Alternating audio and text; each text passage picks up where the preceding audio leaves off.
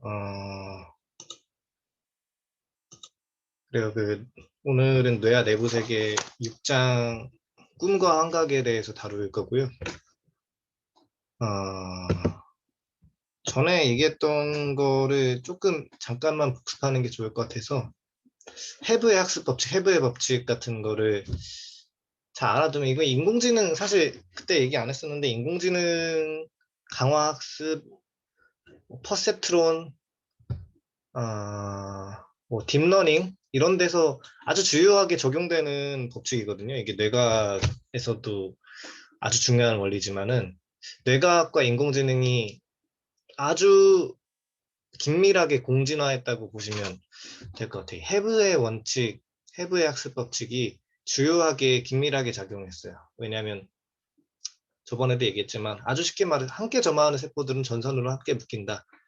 그러니까 한번 잘 발화했던 어떠한 비슷한 자극으로 인해서 잘 발화했던 자극들은 다음에도 또 쉽게 조그만한 자극에도 조금 더 쉽게 발화가 된다. 그 뉴런이. 그런 게 아주 쉽게 말해서 해부의 법칙인데, 그러니까 똑같은 것도 볼 때 더 빨리 반응을 해서 더 빨리 도망치거나 더 빨리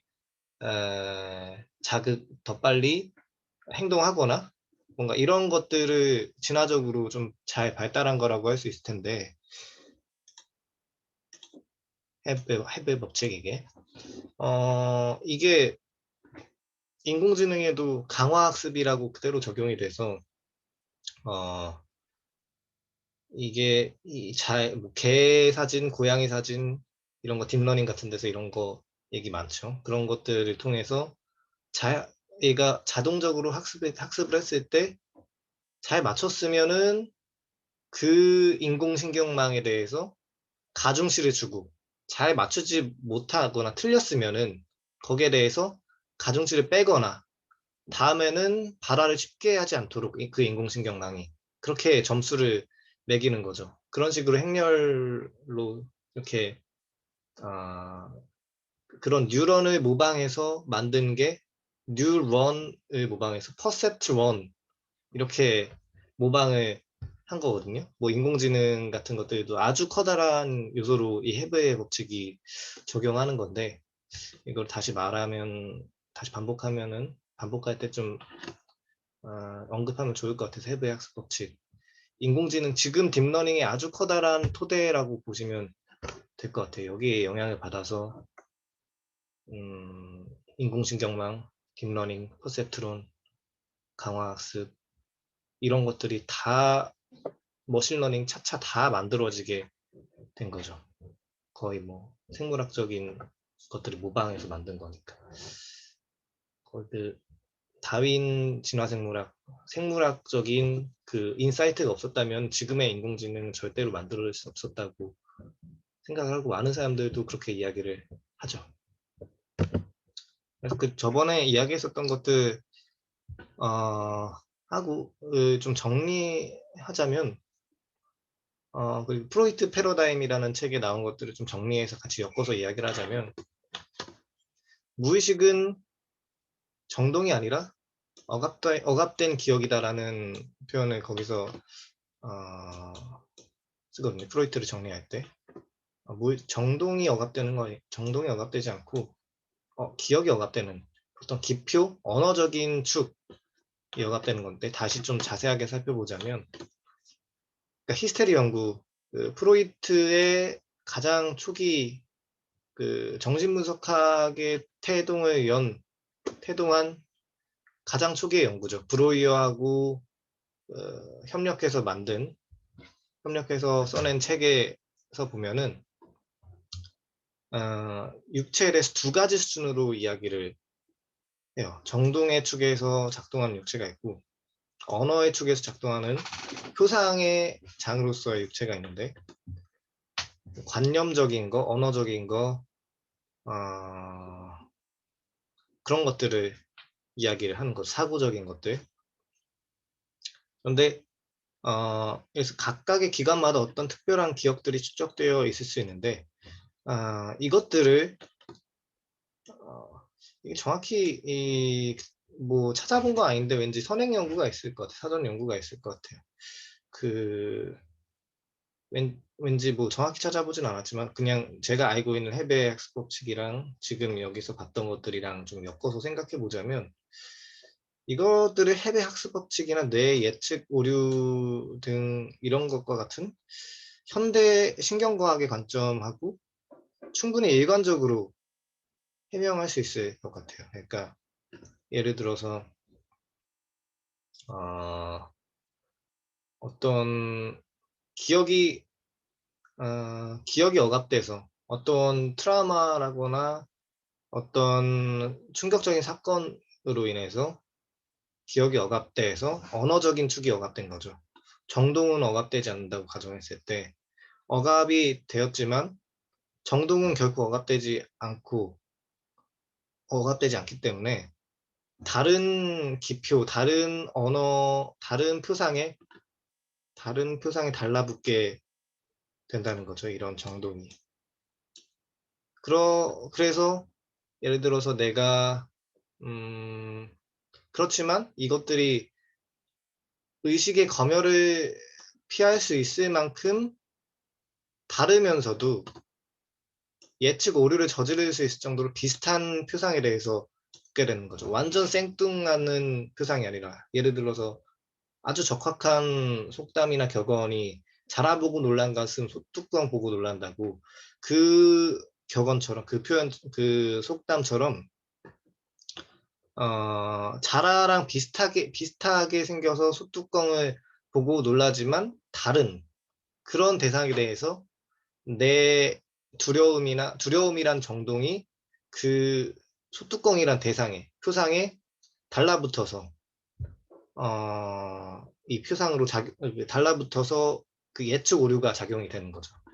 그러니까 해배 학습 법칙으로 인해서 비슷한 표상에 대해서 더욱 빠르게 잘 발현할 수 있는 표상이 되었지만, 그 정동의 에너지가 달라붙어서. 그렇지만 또 그 다르면서도 의식의 검열을 어느 정도 피할 수 있을 만큼 다르면서도 해배 학습 법칙을 적용할 수 있을 만큼 비슷한 그런 거죠. 비슷하면서도, 그렇지만 완전히 똑같으면 내가 비슷한 심각한 트라우마가 다시금 내 몸에서 재현이 되니까, 그나마 비슷한 것들에 대해서 해배 학습 법칙을 조금이나 만족시키면서 뇌 예측 오류가 적용되면서 적용이 되는 거죠. 그런 것처럼 뭐 그런 거라고 좀 보면 될 것 같아요. 그 몸은 기억한다라는 책에서도 심각한 트라우마에 걸렸을 때 브로카 영역이 마비되는 현상이 나온다고 하더라고요. 소위 말문이 막힌다고 하더라고요. 이거까지는 제가 그건 사실인데 그것하고 이것하고 연관될 수 있을지는 모르겠지만, 말문이 막혀서 아예 다른 표상의 정동이 달라붙거나 그런 식으로 또 설명하자면 충분히 적용될 수 있을 것 같아요. 네. 선생님, 제가 여기 설명하는 것 중에 언어 축에서 표상의 장으로서 육체가 있다, 이게 제가 딱 잘 이해가 안 되는데 혹시 조금 더 설명해 줄 수 있으세요? 뭐 그냥 육체라고 설명했지만 그냥 사고적인, 그러니까 우리의 그냥 그냥 육체라고 기식이나 마음 뭐 이런 건가요? 근데 그런 거라고 생각하시면 될 것 같아요. 그냥 뭐 표상으로서의 마음, 육체가 있다. 네, 그런 거라고 보시면 될 것 같아요. 그냥 그러면은 이런 상태에서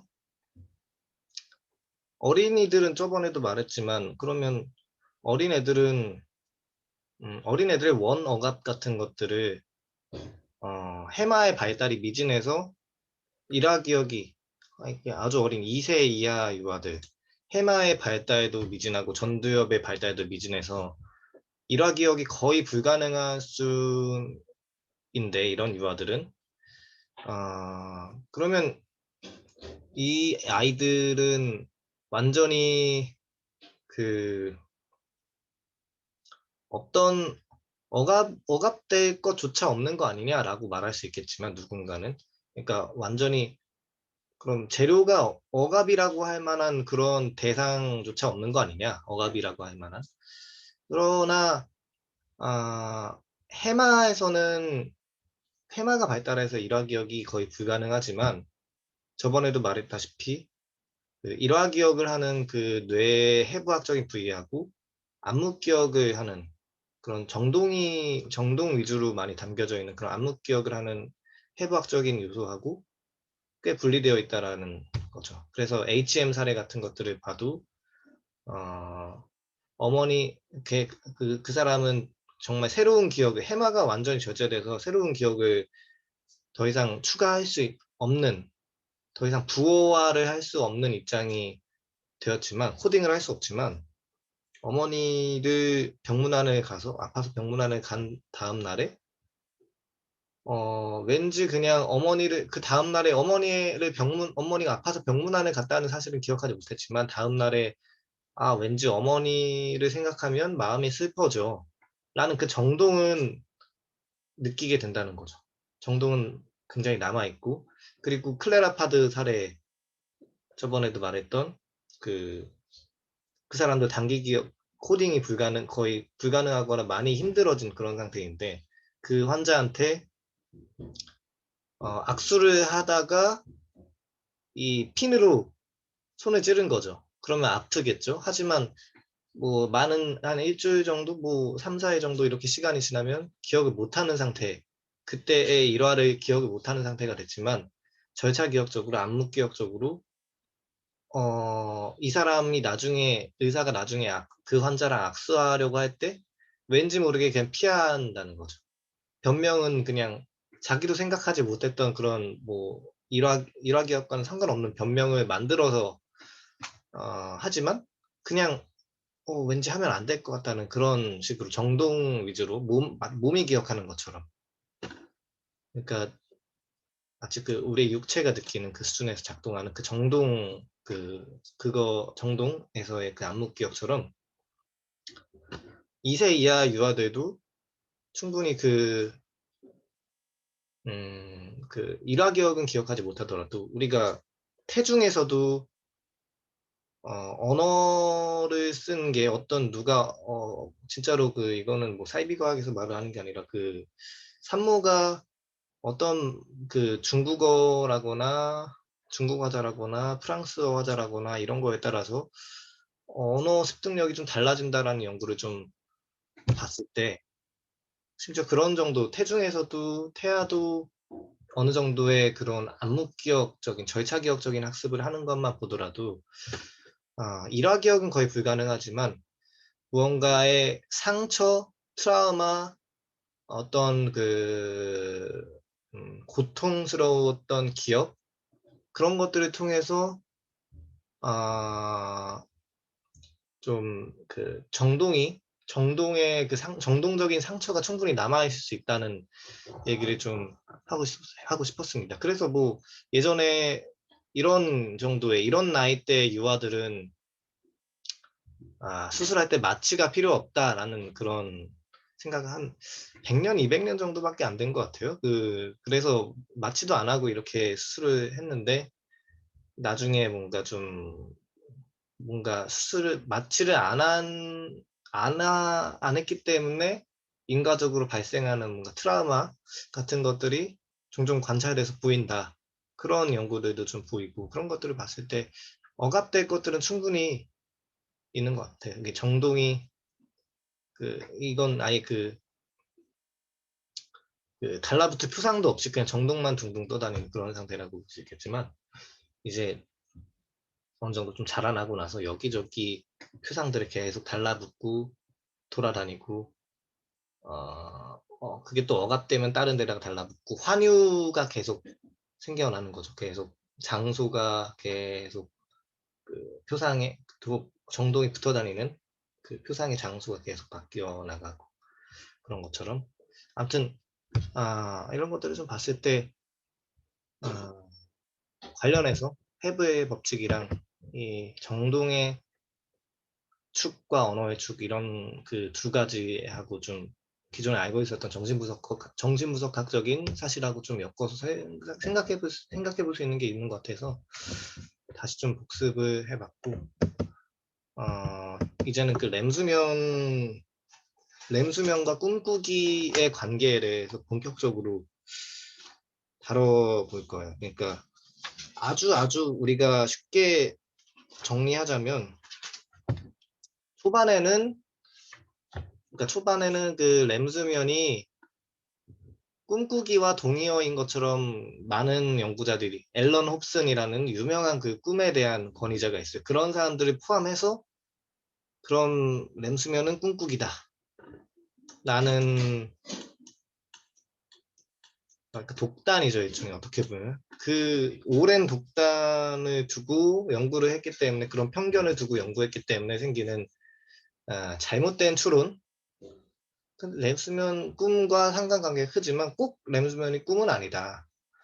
그래서 램수면에서 생기는 램수면 장애가 있다고 해서, 램수면 장애가 있지만 꿈을 꾸는 사람들도 분명 있고, 그리고 그러면 램수면이 뇌간 수준에서만, 그러니까 램수면의 그 신경학적 상간물이 뇌교에서 위치해 있기 때문에, 그 생각이나 감정 그런 것들을 주로 담당하는 그 전뇌, 변연계 뭐 이런 쪽에서, 전뇌인 특히 변연계 이런 쪽에서는 이 그 관련된 틈이 없다. 그 끼어들 틈이 없다. 그러니까 굉장히 자동적인, 우리 꿈이라는 것은 자동적인, 아주 중립적인, 우리의 생각과 감정이라는 것과는 크게 관련 없는 중립적인 동기로 일어난 심리적인 상태다. 이런 식으로 주장을 했는데, 그게 좀 나중에 보니까 털리고 반박되고 끝장난 거죠. 어떻게 보면 그게. 그래서 그 과정을 좀 살펴보고, 그리고 그 꿈과 정신병과, 그리고 추구 계통, 어떤 것들을 추구하는 그 도파민의 그 추구 시스템하고 상당히 큰 관계가 있다. 그런 얘기를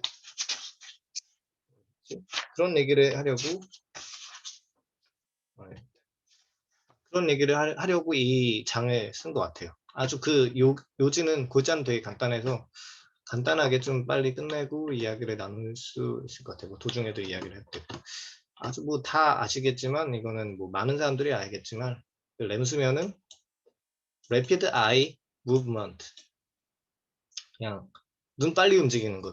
잠자고 있을 때, 그 잠자고 있는 사람 보면은, 가끔씩 보면은, 혹은 뭐 그런 사람들 보면은 눈동자가 빠르게 돌아가고 있는 상태를 좀 아주 가끔씩 볼 수 있어요. 좀 90분 정도 지났을 때, 램수면 주기가 90분 정도니까. 그래서 이런 램 상태가 1950년대에 과학적으로 잘 정제되어서 발견되고 기록됐을 때, 관련 과학자들은 이게 꿈꾸기의 신경학적 상간물, 생리학적인 상간물일 수 있다고 생각을 했습니다. 그러나 과연, 한번 생각해 볼 만하죠. 일단은 그 보게 되는 그 이유는, 이런 꿈 상태가 그 무의식적인 것 같은 그 수면의 맥락에서, 우리가 꿈은 완전히 무의식적인 거 아니죠. 그 무의식적인 수면의 맥락에서 의식적인 뭔가 시각적인 표상을 보거나 소리를 듣거나 하는 그런 정신활동에 관련되듯이, 램 상태도 조용한 수면의 맥락에서 상당히 나름 생리적인 각성을 하기 때문에, 뭔가 이런 유비 관계가 있지 않느냐, 비슷한 관계가 있지 않느냐 라는 생각을 하게 된 거죠.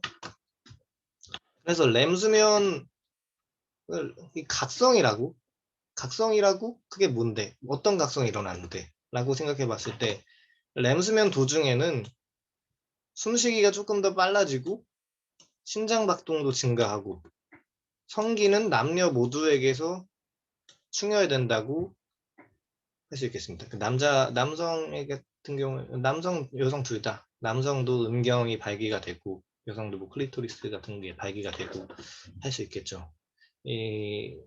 그래서 이게 소위 말해서 아침에 남성들이 특히 남성들이 아침에 텐트를 친다고 하죠. 아침에 발기 같은 것들이 되는 경우 그런 경우에 그리고 그런 것들이 어느 정도 많이 줄어들거나 생각보다 많이 좀 기준 이상으로 많이 줄어들었을 때 좀 자신의 기뇨기 건강을 좀 생각해 볼 수 있을 만한 그런 기준이 되기도 하고 실제로 그러니까 이게 꼭 근데 아침에 발기가 되지 않았다고 해서 잘 되지 않았다고 해서 문제가 있는 건 아니고 그러니까 렘 수면 주기 도중에 이렇게 깨어나면은 발기가 잘 되어 있는 거고 그 렘 수면 발기가 된 상태로 깨어나는 거고 이 렘 수면 주기가 아닐 때 비렘 수면일 때 비렘 수면 주기일 때 깨어나면은 하필 딱 그 타임에 깨어나서 아침에 남성이 이렇게 발기가 되지 않으면 그거는 충분히 건강한 사람이어도 어 그 이상은 없는 거죠. 그 아침에 발기가 되지 않았다고 해서 이건 좀 생각해 볼 만한 그냥 기묘기 상식 이거 그러니까 어떤 타이밍에 깨어났냐에 따라 하필 그 타이밍에 많이 그 주간에 많이 깨어났으면은 의심을 해볼 수는 있지만 꼭 그 성기에 건강에 문제가 있는 것은 아니다.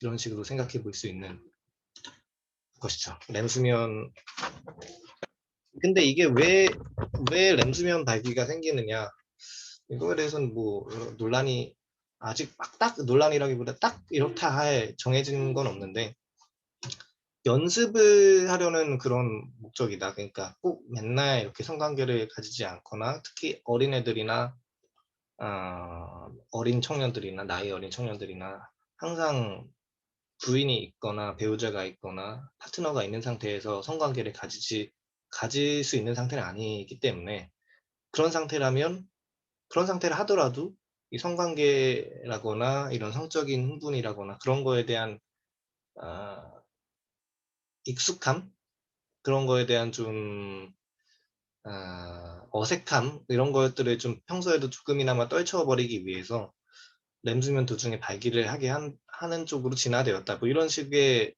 이야기도 있다고 하더라고요. 램수면에 대해서 좀 생각해 볼 만한 이야기고 그 생활 속의 팁 같은 거고요.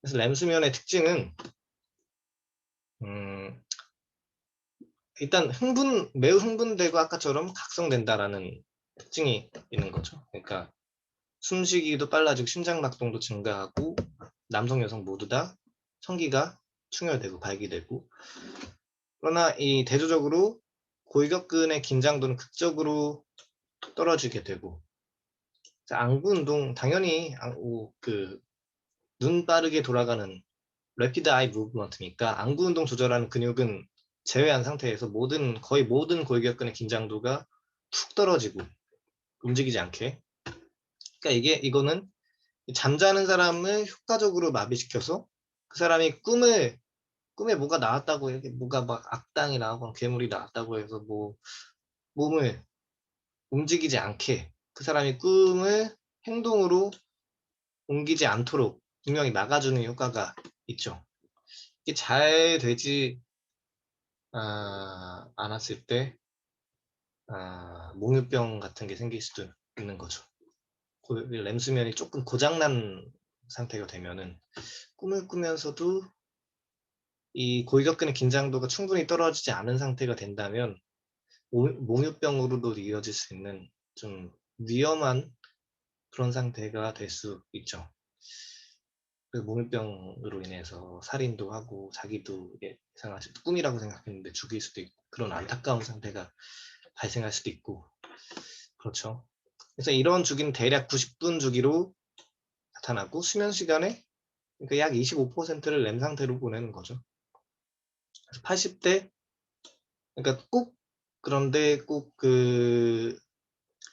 그러니까 지금 일단 램 수면이 곧 꿈꾸기라고 여기 그 초기의 연구자들이 이렇게 정의를 하긴 했지만, 지금 보기에는 80대 20 정도로 램 수면, 논 램 수면 이 정도의 그 비율 정도로 꿈이 나타나게 된다, 꿈을 꾸게 된다, 이런 식으로 이야기를 하더라고요. 80% 거의 뭐 대부분은 램 수면에서 꿈을 꾸게 되지만, 꼭 램 수면 아니더라도 20% 정도 논 램 수면 시기에서도 꿈을 꾸게 되고 보고하게 된다, 이런 얘기를 하고요.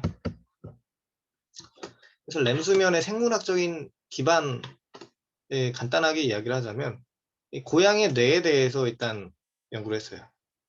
그 아주 처음에는 동물 연구부터 많이들 시작을 하죠. 많이 그 해부학적으로도 쉽게 사람보다는 쉽게 좀 접근할 수 있는 게 많기 때문에. 근데 또 왜 하필 고양이냐? 고양이의 뇌가 우리들의 뇌하고 매우 유사한 것도 있고, 고양이가 낮 시간의 대부분을 자기 때문에, 그리고 결정적인 절단은 이 뇌간의 중앙 부위에 있는 뇌교의 수준에서 행해졌는데, 이 다음의 연구에서는 뇌교에 꽤나 큰 병변이 생겨야만 램 수면을 완전히 제거할 수 있다라는 걸 확인하게 됐죠. 그래서 전뇌가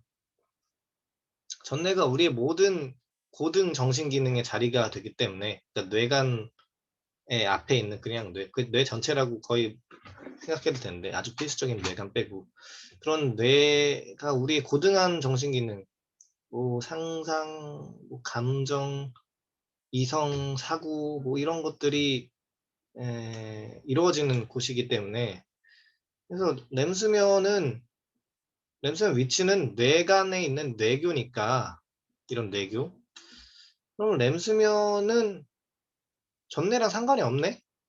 전뇌랑 상관이 없으니까 램수면은 완전히 그 무심한 활동, 그러니까 감정, 사고, 뭐 이성, 그런 게 개입되지는 않는 완전히 무심한 자동적인, 아주 기계라고 봐도 되는 무심한 활동이구나 라는 결론을 내리게 된 거죠, 초창기 연구자들은. 그래서 꿈은 소망 충족이다, 꿈은 소망의 충족과 관련이 있다라고 얘기한 그 프로이트의 꿈 이론이 있는데, 꿈은 정말 소망과 관련이 없을까? 정말로? 그러니까 일단은 아까 얘기한 그 전제를 곧대로 잘 따르자면, 정말로 꿈이 뇌교의 뇌간에 있는 구조들에 의해 인과론적으로 발생되어서, 그로 인해 램 수면이 완전히 자동적으로 무심한, 동기적으로 중립적인 무심한 뉴럴한 활동이라면, 꿈은 소망이라거나 소망 충족과 아무런 관련이 없는 것일까? 그래서 여기에 아주 그 대표적인 앨런 홉슨, 프로이트가 꾸지 못한 12가지, 13가지 꿈인가? 그 책도 번역이 되어 있거든요. 앨런 홉슨이라고. 꿈에 대해서 아주 권위자예요. 이 사람의 논문에 나온 가장 유명한 구절 중 하나를 인용을 했는데, 만약 우리가 의식의 생리학적 기질이 전뇌라고 가정한다면, 이런 사실들은 꿈 과정의 첫 번째 추진력에 대한 생각들의 어떤 가능한 공헌, 그러니까 전뇌가 꿈 과정의 추진력에 대한 어떤 공헌도 없을 것이다, 완전히 배제시키게 된다. 그러니까 소망과 완전 관련이 없게 된다, 이렇게 된 프로이트의 꿈이론은 전제부터 틀려먹은 것이 되고, 정말 그럴까라고 한번 생각해 보게 되는 거죠. 그러니까 한번 그 홉슨의 연구를 조금만 더 구체적으로 파헤치게 되는데, 일단 이거는 지금도 잘 받아들여지고 있는 사실이죠. 램 수면이 어떻다 저떻다 이러는 거는, 뇌교에서는 우리들의 마음 상태와는 크게 상관없이 완전히 자동적으로, 조금 변동은 있을 수 있겠지만 대략적으로 매 90분쯤마다 스위치를 켰다가 껐다가 하죠. 분명 이거는 아까 말했다시피 램 수면의 신경학적 상간물이 뇌간에 있는 뇌교와 큰 상관이 있는 건 맞는 것 같아요.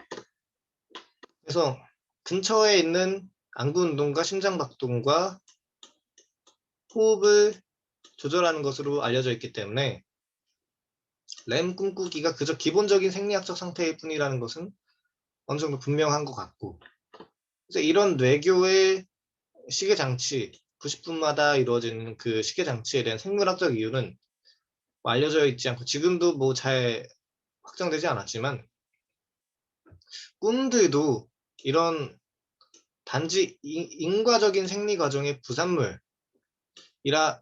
것은 확실하게 가정되었어요. 왠지 그러니까 여기에는 숨은 전제가 램 수면은 꿈꾸기랑 거의 같다. 그러니까 그냥 똑같다. 이렇게 보니까 꿈도 램 수면은 그 자동적인 상태인 것 같으니까 꿈도 혹시 그런 거 아니냐 이렇게 보는 거죠. 그래서 램의 발생이 미리 프로그램된 자동적인 과정이기 때문에 그것의 무의식적인 상간물은 여러분의 심장 박동을 만들어내는 뇌간의 기전처럼 동기적으로는 중립적인 것이다. 그렇죠. 램은 맞죠. 램은 정말 자동적이고 뇌간의 기전에서 뇌간에 있는 뇌교에 있는 기전처럼 동기적으로 중립적으로 일어나는 심장 박동을 만들어내는, 그냥 우리 평소에도 심장 박동이 두근두근 쿵쾅쿵쾅 이렇게 울리듯이 굉장히 자동적으로 동기적으로 중립적인 것이다. 우리가 물론 조금 흥분하면 심장이 빨리 뛰고 그런 것도 있지만 아니면 좀 차분하면 심장 박동이 조금 느려지고 그런 것도 있지만 마치 그런 것처럼 램도 기계적으로 거의 독립적으로는 중립적인 것이다. 이거는 어느 정도 받아들일 만한 것 같은데, 그리고 일단 또 램의 신경화학적인 메커니즘, 이거는 알고 있으면 굉장히 우리 꿈에 대해서, 특히 램 수면 꿈에 대해서 유용하게 분석할 만한 좋은 도구가 될 것 같아요.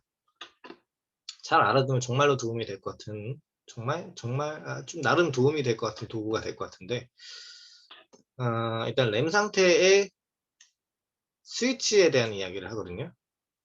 두 집단의 얘기를 해요. 두 집단의 신경핵들에 의해 온, 오프가 된다고 주장을 하죠. 그러니까 램 상태가 온이 되려면 아세틸콜린이 분비가 돼서 콜린성 유도가 되는 거죠. 우리가 시냅스에서 아세틸콜린이 분비가 되고 노르에피네프린이 분비되고 뭐 이런 얘기를 하는데, 일단 램 상태가 켜지려면 아세틸콜린이 분비가 되어야 되고, 램 상태가 꺼지려면 꺼지려면이 아니라 꺼졌을 때 세로토닌하고 노르에피네프린이 분비가 됩니다.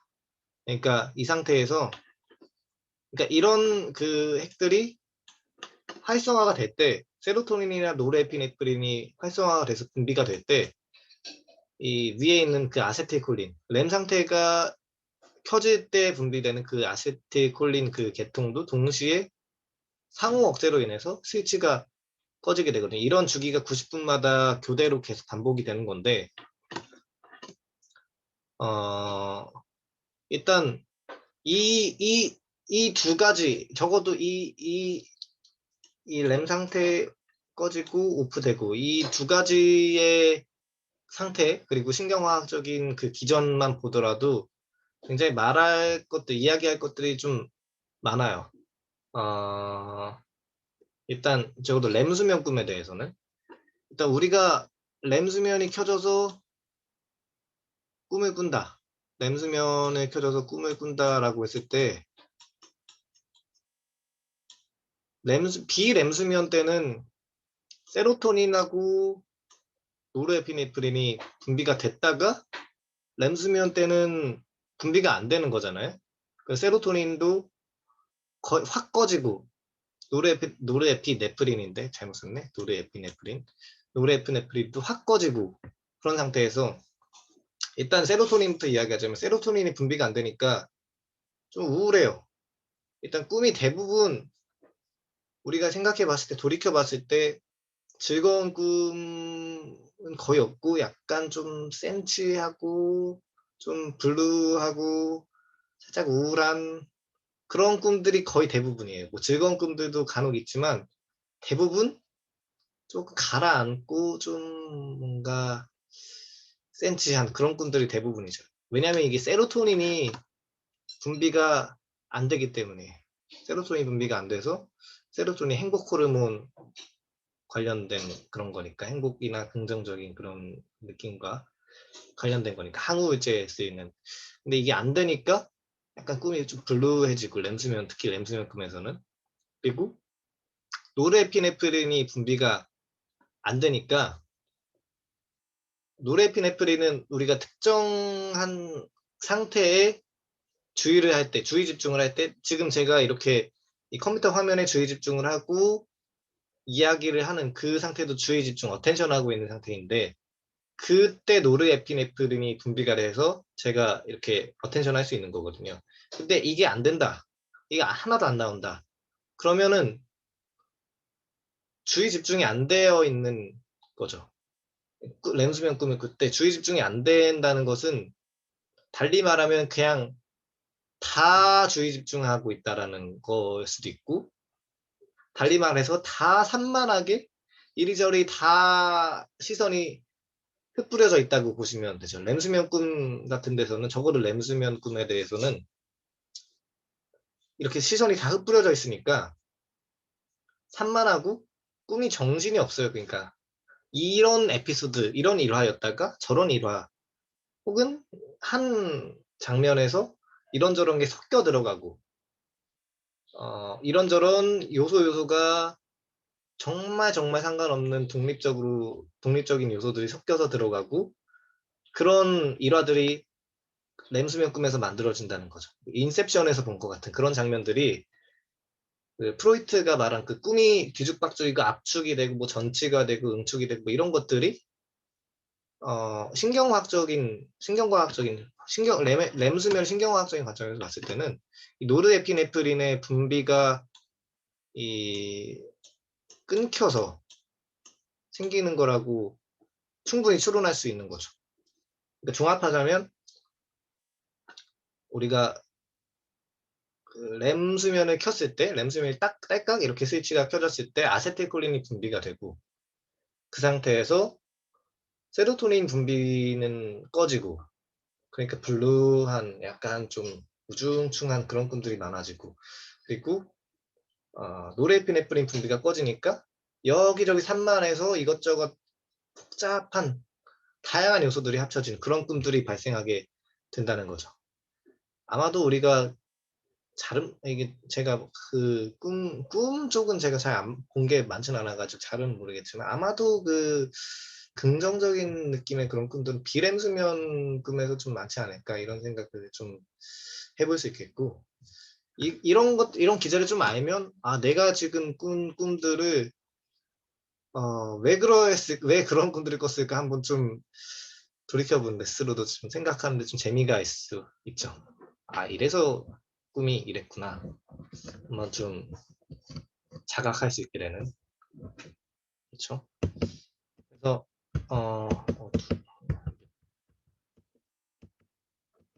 슬라이드 2개나 아무튼 그래서 꿈은 그래서 거품인가 이런 렘 수면의 그 자동적으로 뇌교에서 90분 주기로 자동적으로 발생하는 거품인가 너무 그 프로이트가 거품처럼 선전한 걸까 생각을 해볼 수 있죠. 그래서 더 나아가서 이제 활성화 통합 모델이라고 이제 더 나아가 꿈꾸기가 뇌교의 뇌간에 있는 콜린성 기전에 의해 활성화된 것이다 라고 주장을 하죠. 그러니까 이걸 렘 수면으로 고치면 맞아요. 꿈꾸기를 렘 수면으로 주장하면 충분히 아까도 이야기했던 것처럼 받아들일 수 있을 만한 이야기인데 여기에 덧붙여서 아예 그냥 렘 수면 이퀄 꿈꾸기 라고 은연중에 전제를 하고 그러니까 꿈꾸기는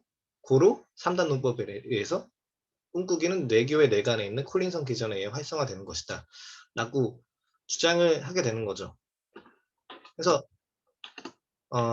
그러면 꿈꾸기가 뭐냐? 이렇게 콜린성 기전에 의해서 뇌간에 있는 콜린성 기전에 의해 활성화된 전뇌가 아래로부터 무작위적으로 그냥 랜덤하게 자극되어서 올라온 무의미한 의식적 제염들, 그러니까 뭔가 의미 있다기보다는 막 이것저것 이런저런 느낌, 그냥 뇌간으로부터 무의미하게 올라온 그런 자극, 정기적 자극들을 접합시키기 위해서, 그러니까 의미 있는 것처럼 접합시키기 위해서 서투르게 시도하는 것이다라고 주장을 하는 거죠. 이런 꿈꾸기가. 그래서 다시 말해서 꿈 자체는 렘 상태의 부수 현상이다.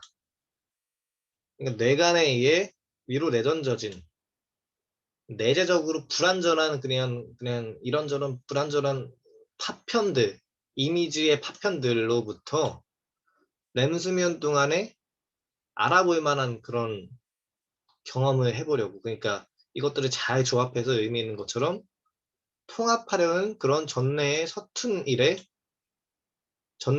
이런 서툰 일에 전력을 다한다라고 홉슨이 1977년에 쏘는 바가 있는데, 그래서 꿈은 결국에는 부수적인 현상이고 거품이다 라고 보는 거죠. 그러나 이런 홉슨하고 맥칼리의 꿈 이론은 꿈꾸기가 렘 상태와 동의어라는 그런 가정에 깊이 의지하고 있는데 그게 아니라는 거죠. 물론 오로지 커다란 그런 뇌간의 병변 이런 게 렘 수면을 제거하게 된다라는 건 사실인데, 아까도 봤다시피 그렇다 하더라도 그 뇌간의 병변들이 꿈까지 제거하게 되는지에 대해서는 신중한 검토가 필요했죠.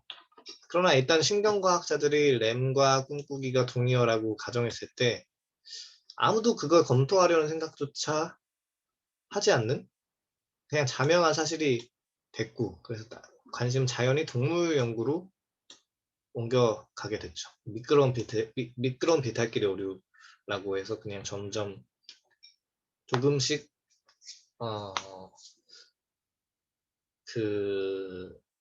이렇게 추론하면 안 되는 그런 것들에서 빠르게 너무나 비약이 일어났다고 보시면 될 것 같아요. 그 미끄러운 비탈길의 오류는 너무나 성급하게 빠르게 이렇게 미끄러운 비탈길로 비약이 되었다.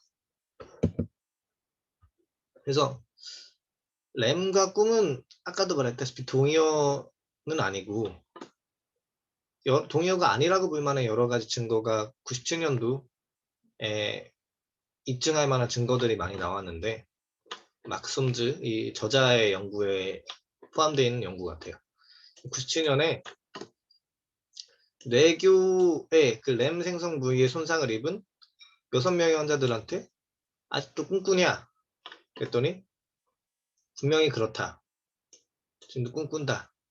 이렇게 얘기했고, 근데 대조적으로 램 생성의 중요한 구조들의 근처와는 전혀 상관없이 다른 부위, 전뇌의 특수한 부위에 손상을 입은 40여 명의 환자들은 뇌 손상 이후에 꿈꾸기를 그만두게 되었지만, 이 환자들은 이거는 보이는 거니까 이 환자들이 딱 잘 때 관찰했을 때 램 상태는 분명히 보존되어 있었어요.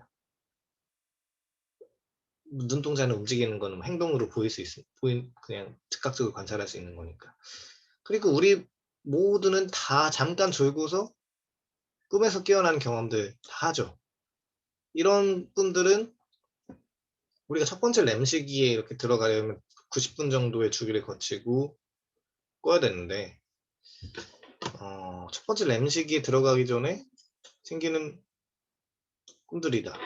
근데 정말 좀 궁금했던 거, 홉슨처럼 똑똑한 사람이 이런 걸 몰랐을까 이런 생각도 좀 들고, 여기 책에는 잘 안 나와 있지만 정말 이런 걸 간과하고 그냥 잠깐 잤다가 이렇게 꾸는 꿈들에 대해서 간과하고 했을까 그런 생각도 좀 들긴 하는데, 정말 그 독단을 그냥 내리고 그냥 램 수면은 그냥 꿈이고 그렇게 적절한 근거 없이 했을까 이런 의심도 들긴 하는데 그 사람도 좀 만만치는 않은 사람이니까. 그래서 뭐 계속 보자면 늦은 아침 효과라고 해서 우리들이 아침의 각성시에 더욱 가까이 다가갈수록 아침의 각성 시간에 그런 더욱 가까이 다가갈수록 렘과 비슷한 비렘 꿈 보고를 얻을 가능성이 더욱 커진다고 합니다. 늦은 아침 효과라고 하는데 우리들의 마지막 렘 시기로부터 더욱 멀리 떨어질수록 비렘 꿈을 가질 가능성이 더욱 커진다고 합니다. 그러니까 고전적인 상호작용 모델, 그 아까 말했던 렘 수면의 그 인터랙션 모델, 그 아세틸콜린이 렘 수면이 온 되면은 아세틸콜린이 그 분비가 되고 그 중내 교피계에서 그리고 테그먼텀 에리어에서 그리고 렘 수면이 꺼졌을 때 세로토닌이 분비되고 노르에피네프린이 분비되고 뭐 이런 사이클을 계속 도는 게 그 상호작용 모델인데 홉슨의 이런 상호작용 모델에서 각성과 수면 사이의 이행기들 그러니까 수면 개시와 늦은 아침 생리적으로 말해서 렘 상태로부터 최대한 구별되는 그러니까 비렘 수면 상태인데 이때는 아까도 말했다시피 노르에피네프린하고 세로토닌의 매우 높은 수준과 비렘 수면이죠. 이건 아세틸콜린의 매우 낮은 수준으로 그 특징을 삼고 있죠. 그 아까도 말했다시피 비렘 수면 때는 노르에피네프린, 세로토닌 많이 분비되고 아세틸콜린은 거의 분비 안 되고 그런 게 비렘 수면의 상태인데 이런 상태에서도 꿈을 꾸고 늦은 아침 효과 충분히 비렘 수면 꿈을 얻게 된다. 그렇다면 분명히 꿈꾸기는 렘 상태의 독특한 생리학적 특징들에 이 렘 상태의 독특한 생리학적 특징들에만 인과적으로 의지하지는 않는다. 라는 결론을 얻어낼 수 있는 거죠. 그러니까 뭐 우리들이 잠에 팍 굴아떨어진 직후에도 때는 아직도 비교적 각성되어 있거든요. 그러니까 조금 흥분되어 있고 그리고 렘 상태는 더군다나 렘 상태는 그렇지 않다면 조용한 그러니까 렘 상태를 이끌어내지 않았으면 더 조용한 수면 상태가 됐을 텐데 그런 걸 방해하는 거라고 볼 수도 있고 렘 수면은 콜린성의 뇌 활성화를 이끌어내고 지속된 기간으로 그 특징을 삼는다. 그러니까 되게 각성 상태를 유도하게 되는 렘 상태가. 근데 비렘 수면 상태에서도 어느 정도 우리가 잠에 굴러떨어진 직후에도 비렘 수면 상태를 얻게 되기도 하고 아침 각성에 좀 가까울 때 좀 거의 각성을 하기 전 시기 비렘 수면에 있는 아침 각성 시기와 가까운 그 시기에서도 각성을 하는 걸 보면은 각성의 특정한 유형보다는 오히려 각성의 특정한 양 그 퀀티티 그게 꿈꾸기에 필수적인 전제 조건이지 않느냐 이런 얘기를 하죠. 각성의 특정 뭐 렘 수면적인 각성, 뭐 비렘 수면적인 각성 이런 걸 떠나서 각성을 얼만큼 했느냐가 꿈꾸기의 필수적인 전제 조건이라고 보죠. 이 홉슨이 얘기했던 활성화 통합 이론에서 꿈에 동반되는 각성은 항상 동일한 유형, 즉 콜린성 각성으로 생각될 뿐만 아니라 항상 동일한 장소, 즉 뇌간에서 일어나는 것으로도 생각되었죠. 그러니까 활성화 통합 이론에서 홉슨이 말했던 그 꿈이라는 거는 꿈에 동반되는 각성이라는 것은 뇌간에서만 일어나는 거고 항상 그 중내 교픽의 그에서 일어나는 콜린성 각성, 콜린성 유도로 인해서 생겨나는 것이다. 라고 주장을 했죠. 그렇지만 근데 그러니까 만약 이게 정말로 사실이라면 근데 정말 무심한 거가 되고 정말 동기적으로 중립적으로 주장하는 것은 아직도 가능한데 그러나 과연 그럴까 생각해 볼 수 있는 거죠. 정말로 과연 그 꿈이라는 게 정말 무심한 것이고 동기적으로 중립적인 것일까? 이 여러 가지를 좀 생각을 했는데 꿈 과정에서 우리가 꿈꾸기를 가장 필요충분 조건적으로 정의를 해야 된다고 할까? 어떨 때 꿈꾸기가 반드시 이런 조건이 있어야만 반드시 일어나고 이런 조건이 있으면 또 동시에 꿈꾸기가 일어날 수밖에 없는가?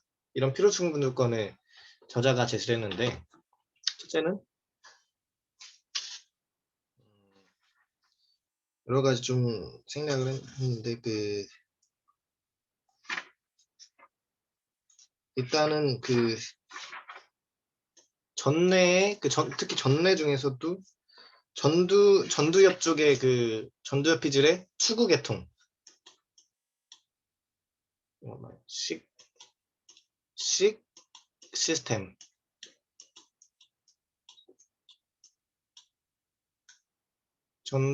전두엽 쪽에 있는 식 시스템 추구 계통 도파민과 관련 특히 VTA와 관련된 ventral tegmental area 복측피계 영역 그것과 관련된 그 시스템과 관련해 있는 전뇌의 각성과 관련이 있고 그리고 두 번째로 후두 축두 두정엽 접합 부위와 견연 전두엽 백색질의 보존 여기가 식 시스템이네요. 잘못 말했는데 여기가 식 시스템 견연 전두엽 백색질의 보존 여기가 식 시스템이고 전뇌의 각성은 다른 거죠. 아무튼 특히 여기 두 가지가 중요한 부위라고 좀 얘기할 수 있을 것 같아요. 후두 측두 두정엽 접합 부위는 시각적으로나 어떤 감각들이 이렇게 이 접합 부위는 후두는 시각이고 또 측두는 청각적인 거고 두정엽은 공간적인 것인데 이런 것들이 다 접합돼서 감각들이 다중연합 감각으로 부위가 모였을 때 그 감각들에 대한 기억이 저장되어 있는 곳이고 연합적으로 처리할 수 있는 부위인데 우리가 각막이 다 고장나고 우리가 새로운 걸 볼 수 없는 눈이 된다고 하더라도 꿈꾸는 사람들은 이런 접합 부위가 고장나지 않는 이상 새로운 꿈을 계속 보고 그러니까 꿈을 계속 만들어내서 잘 때 환각이죠. 어떻게 보면 환각을 계속 보고 그런 상태로 남을 수 있게 되는 건데 그리고 또 전두엽 백색질은 추구계통과 관련이 있어서 그래서 이런 추구계통이 손상될 때 환자들은 이 세상의 대상들에 대한 흥미를 상실하고 꿈꾸기가 중단되며 정신병적인 양성 증상들, 환각과 망상이 감소하게 된다고 합니다. 그래서 옛날에 아직 1950년대쯤만 하더라도 그때 전두엽 백색질을 아예 이렇게 도려내거나 절제하거나 이런 수술을 한다고 했었는데 그 부작용이 좀 있었죠. 삶의 흥미를 잃게 되고 아무런 그런 무기력함, 무절제함 이런 게 생기게 되고 그래서 조현병, 정신분열증 이런 거에 대해서 이런 분야에 대해서 치료가 어느 정도 이루어지긴 했지만 동시에 부작용도 삶의 흥미가 이루어지는 부작용도 생기게 되는 그런 게 생기게 되고 그와 반대로 이 추구 계통이 자극될 때 당연히 도파민이 자극되니까 당연하게도 에너지의 수준이 증가하고 꿈꾸기가 증가하며 정신병이 나타날 수 있습니다. 그래서 따라서 꿈꾸기와 정신병과 추구 계통의 작용 사이에 일련의 분명한 연결들이 존재하는 것처럼 보여요. 꿈꾸기, 정신병, 식 시스템 상당한 연관이 있어 보이고, 일단 그 추구 계통을 다시 조금 혹시나 복습을 하는 게 좋을 것 같아서 원래 이것부터 좀 다뤘어야 되는데 깜빡하고, 그 추구 계통은 저번에 다뤘던 그 PPT를 그대로 옮긴 건데, 지각과 관련해서는 우리가 뭔가 자극을 받았을 때 만에 우리가 환경을 탐구하거나 대상들과 상호작용을 하면은 저것을 내가 먹으면, 저것을 내가 손에 쥐면, 저것을 내가 누르면 어떠한 그런 것과 같은 어떠한 상호작용을 한다면 뭔가 좋은 일이 벌어질 것 같은, 좋은 느낌이 들 것 같은 그런 느낌을 만들어낸다. 운동 쪽에서는 그런 것들을 탐구하고자 하는, 이게 조금 더 강해지면 ADHD처럼 여기저기 막 나뒹구게 되는 거죠. 저기 막 저것도 먹고 저것도 먹고 싶고 저것도 먹고 싶고 저것도 잡고 싶고 저것도 입에 넣고 싶고 이런 것처럼. 그래서 성욕 야기와 식욕적인 상태들과 크게 관련이 있고, 복측피계 영역 VTA와 위치에 있어서 도파민과 관련이 있죠. 그래서 이왕 좀 이렇게 된 거 아주 좀 그 감정 계통을 다시 조금만 간단하게 복습하자면, 분노 계통은 편도체 쪽과 관련이 상당히 있고, 그래서 전투, 정동적인 공격 행위, 나보다 낮은 것 같은 사람들한테, 그 존재한테 끼치는 감정적인 영향이라고 볼 수 있겠고, 공포 계통은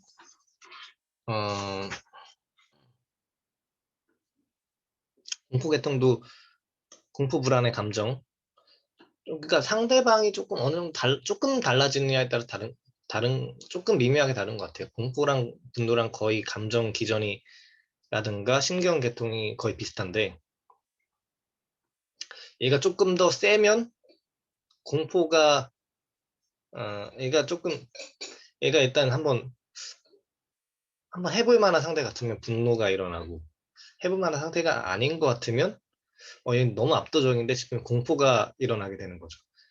그래서 어느 정도 좀 공포, 불안, 분노 뭐 이런 것과 좀 상관이 좀 크다고 할 수 있겠고, 공황 계통은 상실과 슬픔의 감정들과도 연결되어 있는, 분리 고통과도 연관이 있는, 그래서 공황 발작, 분리 불안, 우울 정동 그런 것과 상당히 연관이 크죠. 그래서 공황 발작이 일어났을 때, 그리고 분리 불안이 일어났을 때, 분리 불안이 심해지면 공황 발작 같은 공황적인 불안이 많이 일어나는 것 같은 그런 느낌이 드는 이유가 이런 거라고 볼 수 있죠. 숨이 잘 안 쉬어진다. 분리불안이 너무 심해서 숨 막히는 것 같은 느낌이 든다. 숨이 잘 안 쉬어진다. 그래서 과호흡이 된다. 뭐 이런 게 공황계통이랑 상관이 연관 있는 이유이기도 하죠. 그래서 이 계통 중에서 추구계통이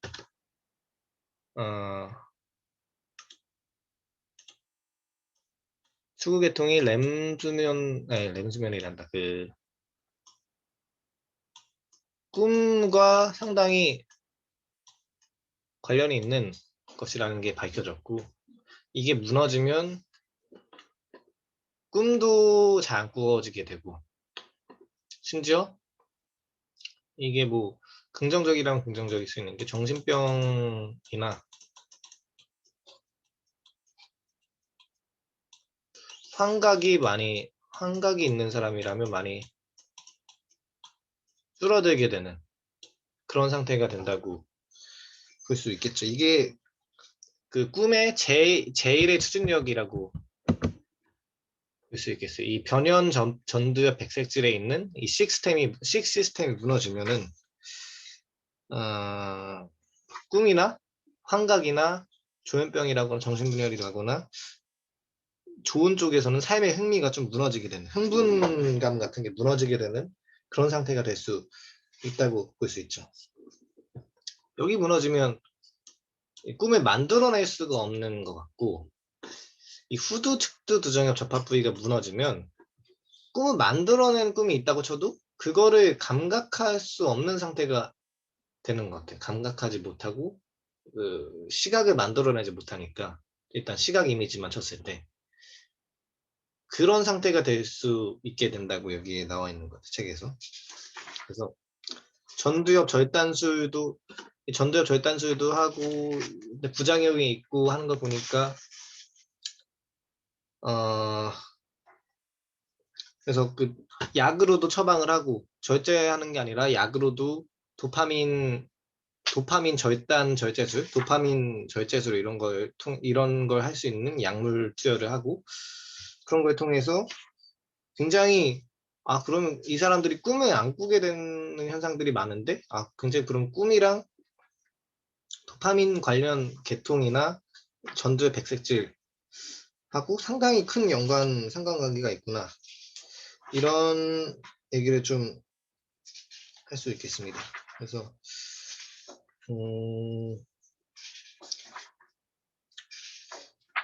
거의 뭐 얘기는 다 나온 것 같은데 일단 그 책의 271페이지를 보면은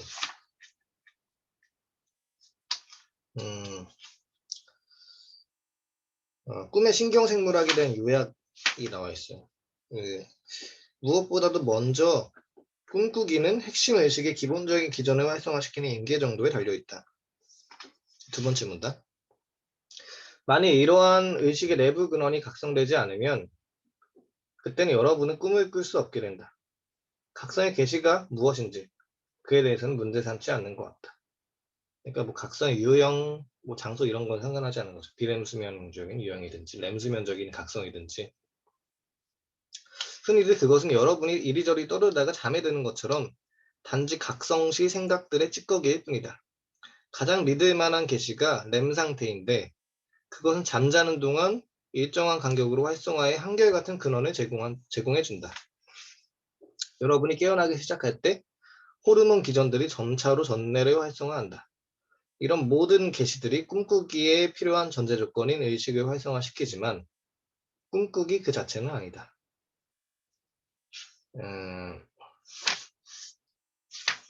대상 세계에서 우리의 식욕적인 관심을 끌고 가는 동기부여된 추구계통의 활성화는 그 고유한 꿈 과정을 시작하게 만드는 것 같다. 추구계통의 활성화가 이제 만들어내는 거죠. 이제 꿈을 한번 만들어내고자. 어떤 각성 자극이 식욕적인 관심을 끌게 되면 그 고유한 꿈꾸기를 개시하게 될 뿐이라고 말하는 것이 아마도 정확할 것 같다. 이게 뭐가 될 수 있을까? 이거에 대해 더 알고 싶다. 이런 느낌으로. 그러니까 그 마지막 문단, 이 272쪽의 마지막 문단을 볼 때 여러분 잠든 동안에 여러분이 무엇에 동기부여된 관심을 갖게 되는지 부지런히 탐구하거나 추구할 수 없다. 이런 종류의 행동은 수면과 양립할 수 없고 우리가 꿈꾸는 것은 아마도 이런 이유 때문일 것이다. 아까도 말했지만 추구계통이 많이 이렇게 자극이 되어서 도파민이 분비가 되고 동기부여가 되지만 어떤 저거를 내가 갖고 싶다라는 마음이 생기지만 꿈에서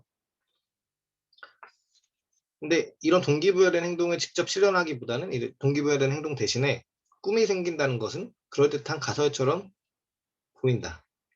전두엽은 휴면 상태여서 그러니까 우리가 행동으로 옮기게 이끌어줄 수 있는 전두엽은 휴면 상태고 그래서 원래 인지적인 그런 행동의 무대는 전두엽에서 많이 이루어졌는데 그쪽으로 뉴런 전기 자극이 이동하지 않고 그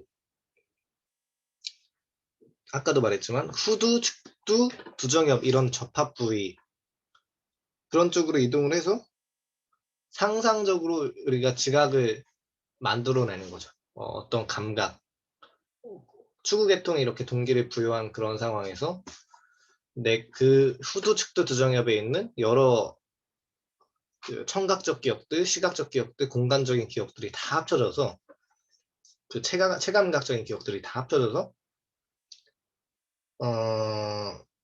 우리가 꿈을 만들어내는 거죠.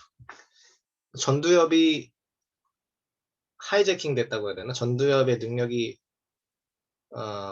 발휘되지가 않고 전두엽 납치가 됐다고 해야 될까? 전두엽이 능력이 적용되지가 않고 음, 뭐라고 해야 될까? 후드 측도 두정엽 쪽으로 에너지가 다 쏠려 있기 때문에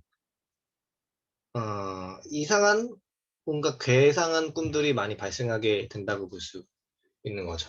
아까 노르에피네프린 분비, 렘 수면에서는 노르에피네프린이 분비가 많이 줄어들었다 이렇게 설명할 수도 있지만 여기에서는 더 넓게 보면은 전두엽이 상실되었기 때문에 완전 상실은 아니지만 완전 제한적으로 적용을 하기 때문에 그래서 그렇게 된다라고 이야기를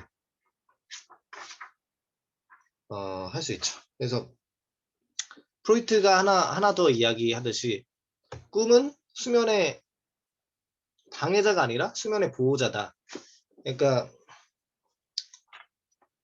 어떤 꿈에서 아까도 말했다시피 꿈에서는 특히 렘수면 꿈을 꾸고 있을 때 우리가 근육 긴장도가 확 떨어지고 꿈에서 느낀 것들을 그대로 행동으로 실현하지 못하게 막아둔 것처럼 어, 동기부여된 행동은 있지만 그 꿈을 계속 유지하게 그러니까 수면을 계속 유지하게 하기 위해서 꿈을 꾸는 것이다라고 프로이트가 꿈의 해석에서 말한 바가 있는데 그러니까 그래서 연구를 직접 관찰을 직접 해왔을 때 꿈을 꾸지 못하는 그 뇌교라거나 전내 부위가 파괴돼서 변형 전도의 백색질의 보전이 파괴되고 후두 측도 두정엽 접합 부위의 보전이 파괴되고 이렇기 때문에 꿈을 꾸지 못하는 환자하고 그리고 꿈을 꿀 수 있는 환자하고 이렇게 비교해 봤을 때 수면의 질이 어느 정도 차이가 나느냐 이런 연구를 했을 때 확실히 꿈을 꿀 수 있는 환자들의 수면의 질이 확실히 양질의 수면을 꾼다고 나와 있는 거 봤을 때 프로이트의 꿈은 수면의 보호자다라는 가설이 어느 정도 맞지 않느냐 이런 얘기를 해볼 수 있을 것 같아요. 이것까지는 거의 마지막의 이야기고 사실